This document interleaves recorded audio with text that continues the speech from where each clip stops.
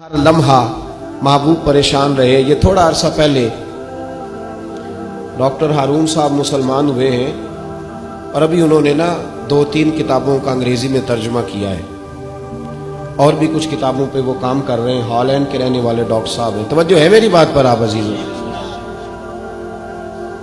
Doctor صاحب کہتے ہیں کہ میں نے یہ سنا تھا کہ مسلمان دہشت گرد ہیں, یہ بم بلاسٹ کرتے ہیں. تو میں جہاں لفظ اسلام آتا تھا وہاں سے میں تھوڑا بچ جاتا تھا, پیچھے ہٹ جاتا تھا.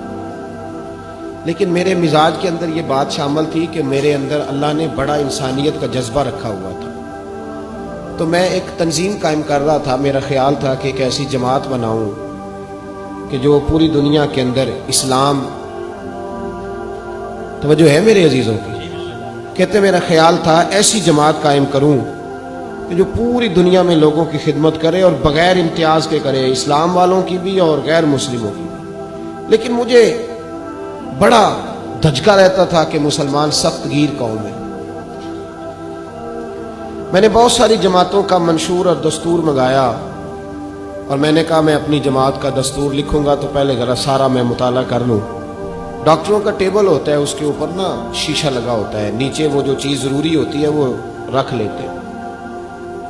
کہتے ایک مصر کے مولانا صاحب آئے ہوئے تھے ہالینڈ کے دورے پر, اچھی انگریزی جانتے تھے تو کسی وجہ سے علیل ہو گئے. میرے پاس وہ آئے اور انہوں نے دیکھا کہ میں انسانی حقوق پر کچھ لکھ رہا ہوں, کام کر رہا ہوں. تو وہ دیکھ کر کے مجھے کہنے لگے کہ ڈاکٹر صاحب آپ کوئی تنظیم قائم کر رہے ہیں؟ میں نے کہا ہاں. تو کہتے انہوں نے ہلکا سا ٹچ دیا, زور نہیں دیا, اور ویسے بھی جو ہلکی بات ہوتی ہے وہ ذرا دل میں جلدی بیٹھ جاتی ہے. کہتے ہیں ہلکا سا ٹچ دیا, کہنے لگے اگر کبھی موقع ملے تو میرے نبی پاک کی بھی سیرت پڑھ کے دیکھیں, بس ہلکی سی بات. اور وہ جملہ چھوڑ گئے. اعلیٰ حضرت فاضل بریلوی علیہ رحمہ نے لکھا ہے ضروری نہیں کہ تم جو کہہ رہے ہو وہ منوا کے اٹھو, لیکن میسج ضرور چھوڑ دیا کرو. جب انسان کے ذہن میں بات ہوتی ہے یہاں سٹاک ہوتا ہے جب بات کا, تو جب وہ کام کرنے لگتا ہے تو ایک دفعہ وہ بات سامنے ضرور آتی ہے. کہہ دیا کرو. انہوں نے کہہ دیا کہ ڈاکٹر صاحب ایک دفعہ حضور کی سیرت بھی پڑھ لی. کہتے ہیں میرے ذہن میں بات بیٹھ گئی. مصروف آدمی تھا, زیادہ تو نہیں میں مطالعہ کر سکتا تھا, لیکن میں ایک دن 10 منٹ گھر میں ملے تھے تو میں کمپیوٹر پہ بیٹھا اور میں نے کہا کہ انگریزی میں جو کتابیں حضور سید عالم صلی اللہ علیہ وسلم کی سیرت کی ہیں ان کو ذرا دیکھتا ہوں. تو فرماتے ہیں کہ میں نے نیٹ پہ سرچ کیا, پہلی حدیث آئی اور میں کلمہ پڑھ کے مسلمان ہو گیا. حدیث کہاں ہے؟ سبل الہدی والرشاد میں بھی ہے, کنز المال میں بھی ہے, مسند احمد میں بھی ہے, ابن اسحاق میں بھی ہے, ابن اشام میں بھی ہے, اور شاید سیرت کی تمام کتابوں میں آپ کو روایت مل جائے. نبی پاک صلی اللہ تعالی علیہ وسلم کی حدیث اور روایت کرتے ہیں حضرت سلمان فارسی رضی اللہ تعالی عنہ, اور ساتھ ہیں سیدنا بلال حبشی رضی اللہ تعالی. فرماتے ہیں ہم گھر سے نکلے, حضور نے فرمایا ذرا جلدی چلو ایک ضروری کام ہے.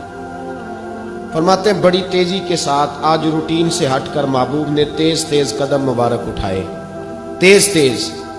اور فرماتے ہیں ایک گلی ہم نے کراس کی, دوسری گلی میں جو پہنچے تو پھٹے پرانے کپڑے, سادی سی بیوی, اور حالت بتاتی تھی کہ بیچاری کسی غریب گھر کی ہے. وہ سڑک پہ کھڑی تھی اور رو رہی تھی. میرے کریم رسول نے فرمایا بلال اسے پوچھو کیا مسئلہ ہے, کیوں روتی ہے؟ تو حضرت سلمان عرض کرتے ہیں میں نے کہا حضور میں پوچھ لیتا ہوں, آپ جائیے, کام بڑا ضروری ہے جو نکلے, میں معلومات کرتا ہوں. تو محبوب نے فرمایا نہیں, اس کے آنسو پوچھنے سے ضروری کوئی کام بھی نہیں, پہلے اس کی داد رسی ہوگی, اسے پہلے پوچھا جائے گا. روتے نہیں رہتے لوگ گھروں میں, لوگ گزر نہیں جاتے چپ کر کے, کتنے لوگ تڑپتے, کون احساس کرتا ہے. نبی پاک سید عالم صلی اللہ علیہ وسلم رکے اور اس خاتون سے پوچھا کیا بات ہے؟ اس نے کہا کہ بات کوئی بھی نہیں, میرا ایک ہی موٹا سا مسئلہ ہے. کہا وہ کیا؟ کہنے لگی میں غریب ہوں, اور غریبی بذات خود بہت بڑا گناہ ہوتی ہے, لوگ بڑا جرم سمجھتے ہیں اس کو بذات خود. میں نے شروع میں کہا کہ مذہبی سٹیج کی بھی صدارت غریب آدمی نہیں کر سکتا, کیونکہ غریب جو ہوا جہد کول دتھی ہونی انہیں نیڑے بہنا ہے جی, ਜਿਹਦੇ ਕੋਲ ਨਹੀਂ ਉਹਨੇ ਤੇ ਪਿੱਛੇ ਜਾ ਕੇ ਬਣਾ ਐਂਡ ਤੇ ਕੋਲ ਕਿਹੜਾ ਦਥੀ ਹੈ।